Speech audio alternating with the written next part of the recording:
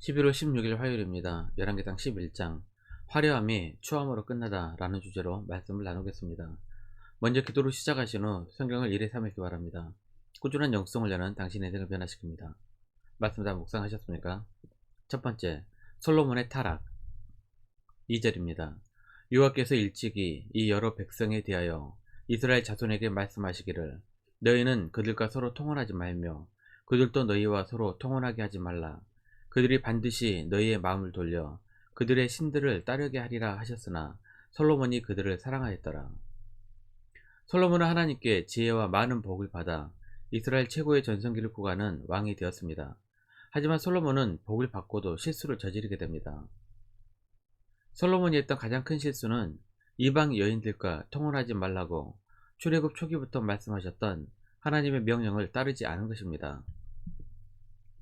출애굽기 34장 16절입니다. 또 내가 그들의 딸들을 내 아들들의 아내로 삼음으로 그들의 딸들이 그들의 신들을 음란하게 섬기며 내 아들에게 그들의 신들을 음란하게 섬기게 할까 함이니라. 이방 여인들과의 통혼도 문제였지만 하나님께서 왕에게 명령하신 다른 명령도 어기게 됩니다. 신명기 17장 17절입니다. 그에게 아내를 많이 두어 그의 마음이 미혹되게 하지 말 것이며 자기를 위하여 은금을 많이 쌓지 말 것이니라. 아내를 많이 두지 말라고 하셨는데 솔로몬은 넘치는 부로 후궁과 첩 1000명을 둡니다. 3절입니다. 왕은 후궁이 700명이요 첩이 300명이라. 그의 여인들이 왕의 마음을 돌아서게 하였더라. 하나님께서 우려하셨던 일이 일어난 것입니다. 결국 솔로몬의 타락의 원인은 이방 여인뿐만 아니라 많은 여인들을 두지 말라는 하나님의 말씀에 순종하지 않았기 때문입니다. 4절입니다. 솔로몬의 나이가 많을 때 그의 여인들이 그의 마음을 돌려 다른 신들을 따르게 하였으므로 왕의 마음이 그의 아버지 다윗의 마음과 같지 아니하여 그의 하나님 여호와 앞에 온전하지 못하였으니. 솔로몬의 시작은 창대했습니다. 하나님께 인정받는 신앙이었습니다. 작년의 인생까지도 괜찮았습니다. 하지만 그의 노년에 타락을 하게 됩니다. 초심이 끝까지 가지 못한 것입니다. 처음부터 악한 마음을 가지고 시작하는 사람은 드뭅니다. 대부분은 선한 마음으로 시작하지만 그 마음이 끝까지 가지 못하기 때문에 문제입니다. 디모데후서 4장 7절입니다. 나는 선한 싸움을 싸우고 나의 달려갈 길을 마치고 믿음을 지켰으니. 이런 면에서는 우리는 사도 바울을 배워야 합니다. 예수님을 만난 이후 사도 바울은 180도로 변하게 됩니다. 그 후 줄곧 믿음의 길로만 달려갑니다. 시작은 화려하나 마지막이 추한 사람은 되지 말아야 합니다. 처음과 끝이 같은 사람이 되시기를 바랍니다. 두 번째, 징계. 7절 8절입니다. 모압에 가증한 그모스를 위하여 예루살렘 앞 산에 산당을 지었고 또 암몬 자손에 가증한 몰록을 위하여 그와 같이 하였으며 그가 또 그의 이방 여인들을 위하여 다 그와 같이 한지라. 그들이 자기의 신들에게 분향하며 제사하였더라.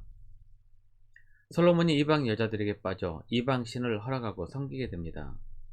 9절입니다. 솔로몬이 마음을 돌려 이스라엘 하나님 여호와를 떠나므로 여호와께서 그에게 진노하시니라. 여호와께서 일찍이 2번이나 그에게 나타나시고. 솔로몬이 하나님을 떠나자 하나님께서는 솔로몬을 징계하십니다. 징계는 벌을 주기 위한 것이 아닙니다. 솔로몬이 돌이키기를 위한 것입니다. 욥기 5장 17절입니다. 볼지어다 하나님께 징계받는 자에게는 복이 있나니 그런즉 너는 전능자의 징계를 업신여기지 말지니라. 성경 곳곳에서 깨우치기를 위한 하나님의 징계를 복으로 여깁니다. 그러므로 죄 가운데 있다면 하나님의 징계를 소중히 여길 줄 알아야 합니다. 나를 살리는 매이기 때문입니다. 잠언 3장 11절입니다. 내 아들아 여호와의 징계를 경히 여기지 말라. 그 꾸지람을 싫어하지 말라. 하나님께서는 솔로몬에게 세 사람을 들어 징계를 줍니다. 에돔 사람 하닷과 다메섹 왕 르손을 일으켜 솔로몬과 이스라엘을 괴롭힙니다. 두 사람은 모두 다윗 시대에 크게 패해 보복을 노리고 있었던 나라의 왕족들입니다. 또한 선지자 아히야가 솔로몬의 신복이었던 여로보암에게 나라를 나누어 왕이 될 것이라고 했다는 소문을 듣게 됩니다. 31절입니다. 여로보암에게 이르되 너는 10조각을 가지라. 이스라엘의 하나님 여호와의 말씀이 내가 이 나라를 솔로몬의 손에서 찢어 빼앗아 10지파를 내게 주고, 대외적으로는 에돔과 다메섹의 침공이 발생했고 내부적으로는 반역의 기미가 생겼습니다. 갑자기 문제가 생기면 자신을 돌아보아야 합니다. 하나님 앞에 죄를 지었다면 죄에서 돌이켜 하나님께 돌아오면 됩니다. 하지만 솔로몬은 징계를 당하면서도 깨닫지 못합니다. 영적으로 이미 죽었기 때문입니다.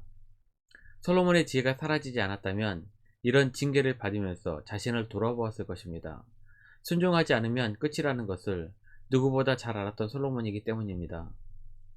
잠언 12장 1절입니다. 훈계를 좋아하는 자는 지식을 좋아하거니와 징계를 싫어하는 자는 짐승과 같으니라. 잠언을 기록했던 지혜의 왕 솔로몬이 그 말씀을 자신에게는 적용하지 못합니다. 결국 징계를 싫어했던 솔로몬은 짐승과 같은 모습으로 삶을 마무리하게 됩니다. 42절 43절입니다. 솔로몬이 예루살렘에서 온 이스라엘을 다스린 날수가 40년이라. 솔로몬이 그의 조상들과 함께 자매 그의 아버지 다윗의 성읍에 장사되고 그의 아들 르호보암이 대신하여 왕이 되니라. 일천번제와 지혜로 이스라엘과 세상을 떠들썩하게 했던 솔로몬의 끝은 좋지 않게 마무리됩니다. 아무리 잘 나가도 끝이 좋아야 합니다. 그래서 인생은 시작도 중요하지만 과정과 끝이 더 중요합니다. 말씀 요약합니다. 첫 번째, 인생은 시작도 중요하지만 과정과 끝이 더 중요합니다. 믿는 자들로서 아름다운 끝을 준비하시는 여러분들이 되시기를 바랍니다. 두 번째, 하나님의 징계는 오히려 축복이 될 수 있습니다. 피하지 마시고 돌이킬 수 있는 기회로 삼으십시오. 1년 성경 일독 주간 기획입니다. 오늘 화요일 로마서 4장에서 6장까지 말씀을 천천히 묵상하십시오. 11월 중보기도 제목입니다. 5가지 기도 제목을 놓고 충분하게 기도하십시오. 가정에서 기도하시기 힘드신 분들은 교회에 나오셔서 주중 기도의 시간을 이용하시면 됩니다. 주중 기도회는 새벽 6시부터 밤 10시까지입니다. 하루 30분씩 최선을 다하시기 바랍니다. 그러면 여러분의 삶이 변화될 것입니다. 영상을 다 보신 분들은 확인 문자를 보내시거나 유튜브에 댓글로 달아주시면 정기적인 영성 훈련에 도움이 될 것입니다. 오늘 하루도 승리하시기를 기도합니다.